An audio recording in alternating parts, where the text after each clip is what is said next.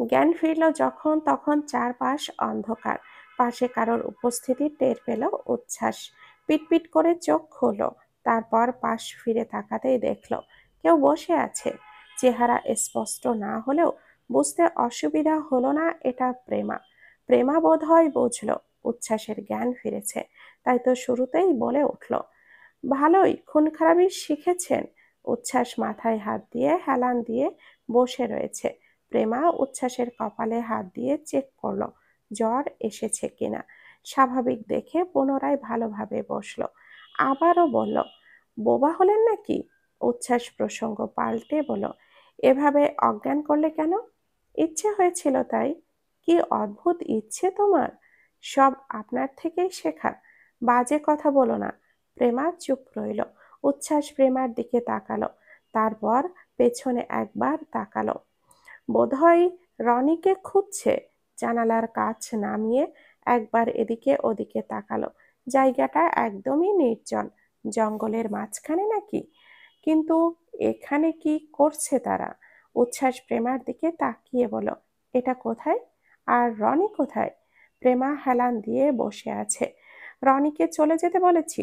আর এই জায়গাটা আমার প্রিয় জায়গা। পুরো 1 বছরে আমি এখানে অনেকবার এসেছি, তাই প্রিয় হয়ে গিয়েছে। ভাবলাম তোমাকেও আনি। উচ্ছ্বাস ফোঁস করে শ্বাস ছাড়ল।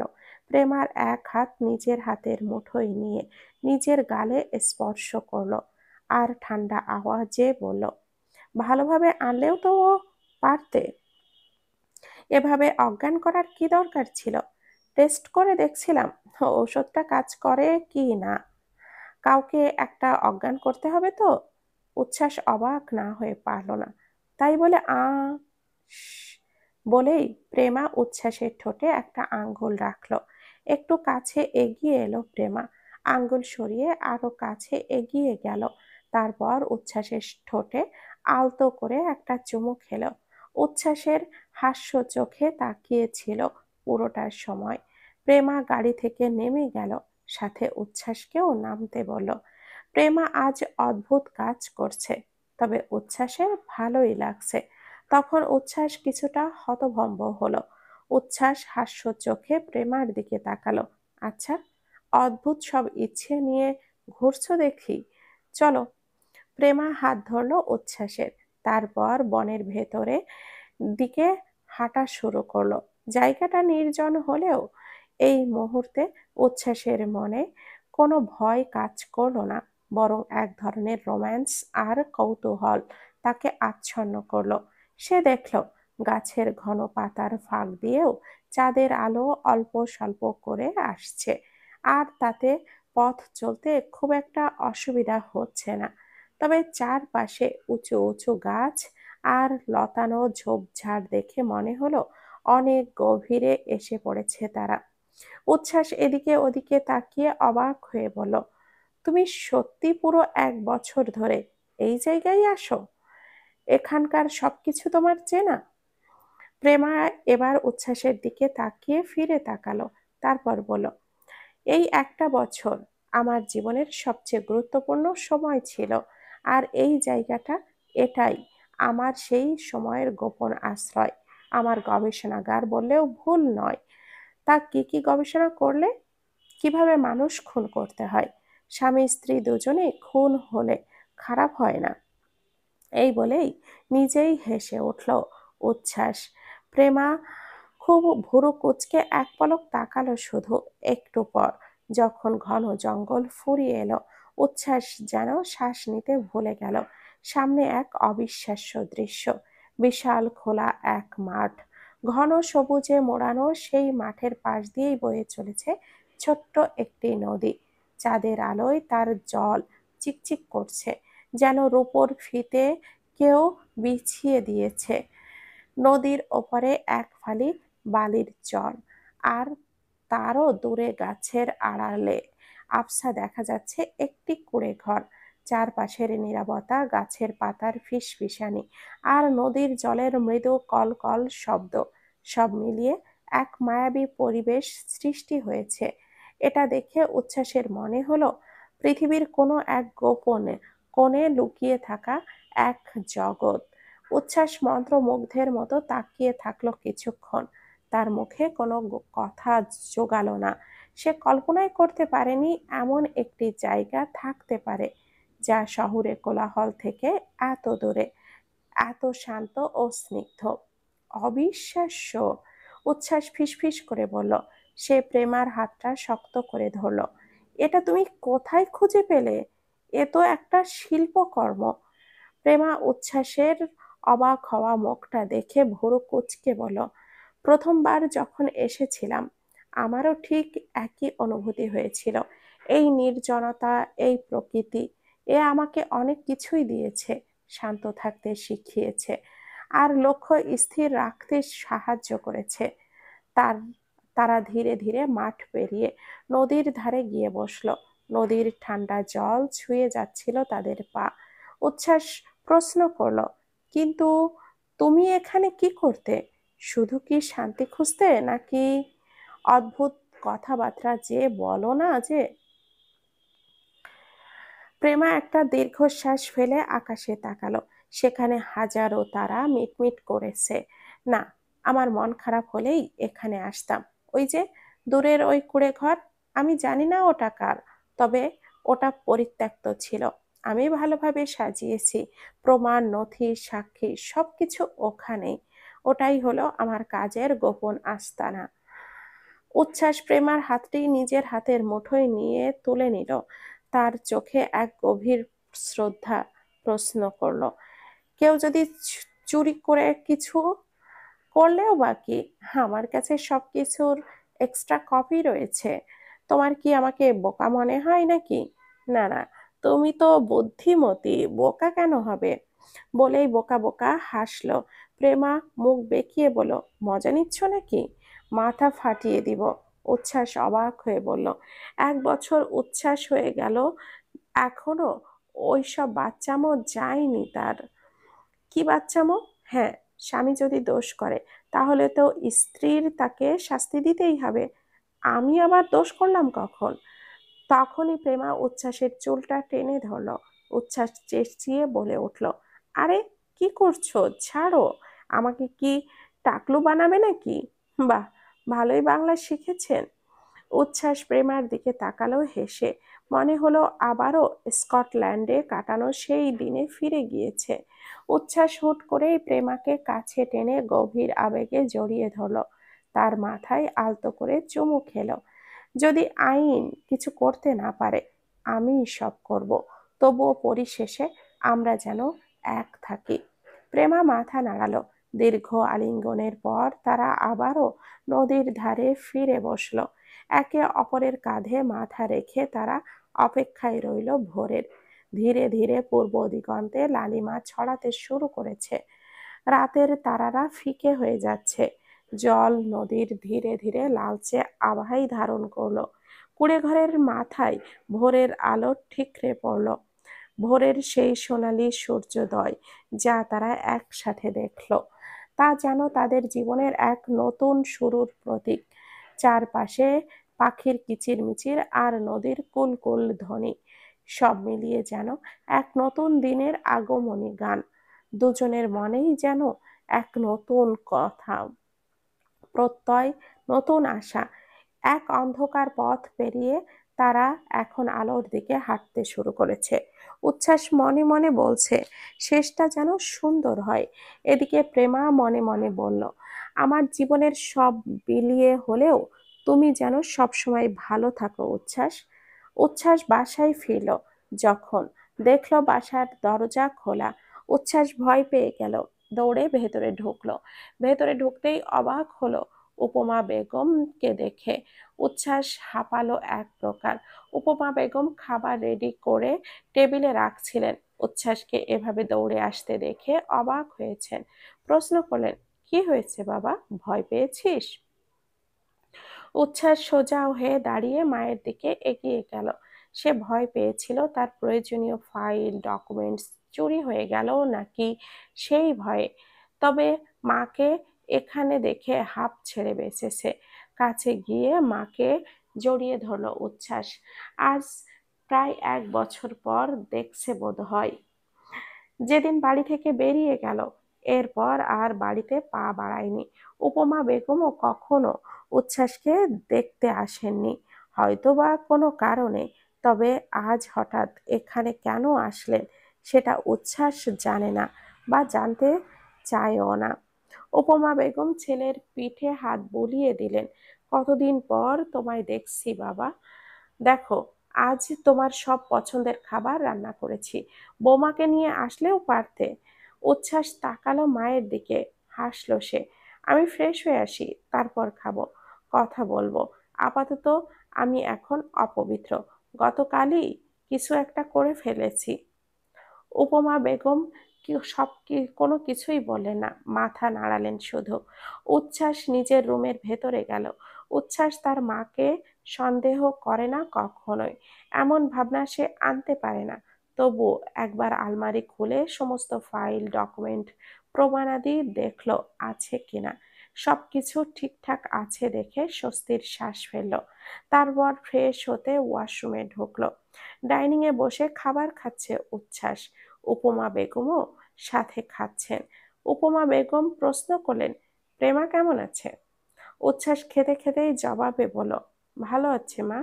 নিয়ে আসলে পারতি। উচ্ছ্বাস একটু ভাবুক হয়ে প্রশ্ন করলো, তুমি কিভাবে জানো মা প্রেমা ফিরে এসেছে? উপমা বেগমকে বিচলিত দেখা গেল। বললেন, আমি তোর সব খবরই রাখি। হাসল উচ্ছ্বাস। রাতের দিকে উপমা বেগম চলে গেলেন। উচ্ছ্বাস মায়ের যাওয়া দেখল শুধু। উচ্ছ্বাসের কানে বাজছে মায়ের বলা একটা কথা। যখন উচ্ছ্বাস খাচ্ছিল তার মা তাকে বলেছিল, যা করিস নাই কেন বাবা, খুব সাবধানে থাকিস। আপনজনদের কখনো বিশ্বাস করিস না। উচ্ছ্বাস শুনে গেছে শুধু, প্রতি উত্তর করেনি। ফিরে এসে পুনরায় নিজের আলমারিটা চেক করলো। সবকিছু ঠিকঠাক থাকলেও উচ্ছ্বাসের হঠাৎ করে মাথায় এলো তার চাচার ব্যাপারে একটা ফাইল ছিল, যেটা সে নিজে বিছানায় বালিশের নিচে তাড়াহুড়ো বশত রেখে গিয়েছিল সকালে। মনে পড়তেই এগিয়ে গেল সেই দিকে, কিন্তু পেল না। উচ্ছ্বাস বিছানায় বসে পড়ল। সে জানে না তার মা এমন কেন করছে, তবে এটা বুঝতে পারছে উনি নিজে থেকে এটা করেননি। উচ্ছ্বাস ভীষণ খারাপ ভাবল।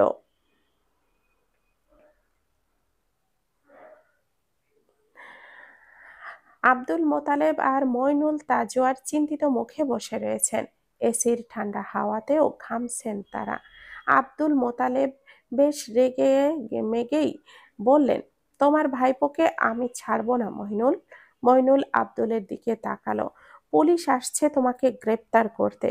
তুমি আর কি বা করবে? শুধু আমার নাম না নিলেই হয়। আব্দুল মোতালেব রেগে মেগে তাকালেন মইনুল তাজওয়ারের দিকে। বললেন, তোমাকে আমি আগে ফাঁসাতাম যদি কোনো পরিস্থিতি না নাও। তোমার মন্ত্রীর এই পদ খেয়ে দিতে আমার 1 সেকেন্ডও লাগবে না। মইনুল তাজওয়ার কিছু বলতে চাইলেন, তবে তখনই কক্ষে কেউ প্রবেশ করলো। আব্দুল মোতালেব মুখ ঘোরালেন। মানুষটি এসে তাদের সামনে সোফাতে বসলো। বলল, আব্দুল মোতালেব বললেন, এখন কি করণীয়? মানুষটা জোরে জোরে হাসলো। তোমার ওই বাচ্চা ছেলে মেয়েদের ভয় পাচ্ছ নাকি? ওদের সরিয়ে দেওয়া কয়েক সেকেন্ড। আব্দুল মোতালেব দাঁতে দাঁত চেপে বললেন, মুখেই কয়েক সেকেন্ড, শুধু বাস্তবে তো তা নিজের হাতে পা গুটিয়ে বসে আছে। মানুষটি হাত মুষ্টিবদ্ধ করলেন। মনে মনে ভাবলেন, আজকের রাতের কাজটা ভালোভাবে সম্পন্ন হোক, টাকা পয়সা আসুক, তারপর তোমার খবর করব আমি। একটাকেও বাঁচবে না ভেবে চিনতে সেই নিল সিদ্ধান্ত সেই লোকটি। প্রেমা শাবাবের সাথে কথা বলার জন্য একটি রেস্টুরেন্টে এসেছে। এই 1 বছর শাবাব তাকে অনেক সাহায্য করেছে। শাবাব বর্তমানে লেফটেন্যান্ট, ঢাকা ক্যান্টনমেন্টে পোস্টিংয়ে রয়েছে। শাবাবকে সে ডেকেছে আজ। ছেলেটা না করেনি। বল, কি খাবি? প্রেমা প্রশ্ন করলো শাবাব। প্রেমা ছবিগুলো চেক করছিল। জবাবে কিছুই খাবে না বলল। তোর জামাই কেমন আছে? হ্যাঁ প্রেমার দৃষ্টি গেল দূরে একটি টেবিলে বসে থাকা রাইসার দিকে। রাইসাও লেফটেন্যান্ট হয়েছে এখন। রিহানকে বিদেশে পাঠিয়ে দেওয়া হয়েছে, কিন্তু রাইসা এখানে কি করছে? প্রেমার দৃষ্টি অনুসারে শাবাবও তাকালো সেই দিকে। রাইসাকে দেখতেই চিনল তার ব্যাচমেট। বলে উঠল, রাইসা, ও এখানে কি করছে? হয়তোবা ওর বয়ফ্রেন্ডের সাথে দেখা করতে এসেছে। প্রেমা শাবাবের দিকে তাকালো। পুনরায় রাইসার দিকে তাকাতেই দেখল তার সামনের চেয়ারে সাইফান এসে বসেছে। প্রেমা বেশ অবাক হলো। সাইফান তো তাজওয়ার পরিবারের, তাহলে রাইসার সাথে কি সম্পর্ক? তাজওয়ার পরিবারের সাথে তো মির্জা পরিবারের সম্পর্ক একদমই শেষ হয়ে গিয়েছিল। শাবাবও দেখলো। সে বলে উঠল, যা, গিয়ে কথা বলে আয়। প্রেমার হুঁশ ফিরল। শাবাবের দিকে তাকিয়ে বলল, পারবো না, ছেলেটাকে আমি চিনি না। চিনিস নাকি? উচ্ছ্বাসের চাচাতো ভাই। কি? হুম। তারা আরো কিছুক্ষণ তাকিয়ে রইল। হঠাৎ দেখা গেল রাইসাকে বেশ গম্ভীরভাবে চলে যেতে যেতে। কিছুক্ষণ পর পর সাইফানও চলে গেল। প্রেমা আর শাবাব বেশ অবাক হলো। এদিকে সাইফান রাইসার দিকে তাকিয়ে আছে।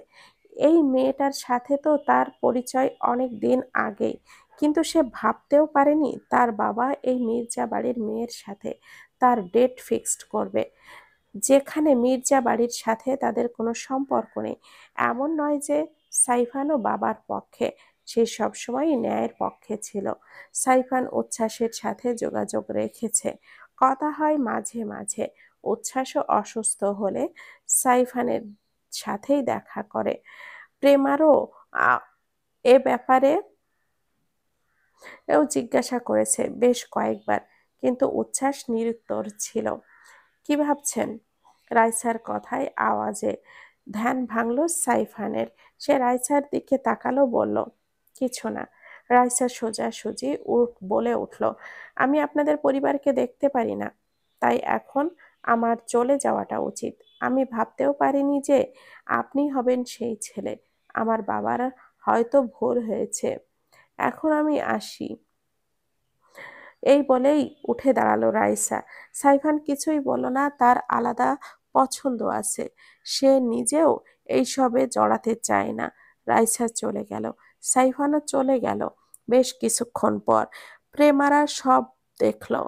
প্রেমা কিছুক্ষণ পর বের হলো, নিজের গাড়িতে উঠতে যাবে। এমন সময় কেউ একজন তার পাশে এসে দাঁড়ালো। প্রেমা ফিরে তাকাতেই দেখলো রাইসাকে।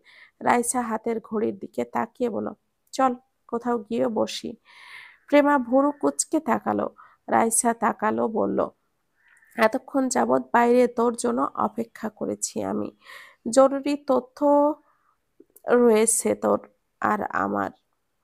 প্রেমার না করলো না। রাইসার সাথে পুনরায় সেই রেস্টুরেন্টে ঢুকলো। একটা টেবিল সামনে চেয়ার টেনে বসলো দুইজন। রাইসা কফির অর্ডার করলো।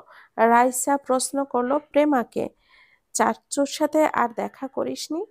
প্রেমা জবাবে বলল, করেছিলাম কিছুদিন আগে। তোর কাছে তো বেশ প্রমাণাদি আছেই। এখন একজন উকিল ধরে কেসটা রিওপেন করলেই তো হয়। করতে চাইছিলাম, কিন্তু সমস্যা হলো মইনুল তাজওয়ার। রাইসা ফোঁস করে শ্বাস ছাড়ল। বলল, আমার চেনা একজন দক্ষ উকিল আছেন, চাইলে কথা বলতে পারি। প্রেমা ভুরু কুঁচকে বলল, আমারও আছে। রাইসা ভাবুক হয়ে বলল, তাহলে তো হলোই। একটা বিষয় হলো, আমাদের কাছে প্রত্যক্ষদর্শী একটা প্রমাণ নেই। রাইসা বলল, চাচি কেমন আছে? আজ চল বাড়িতে।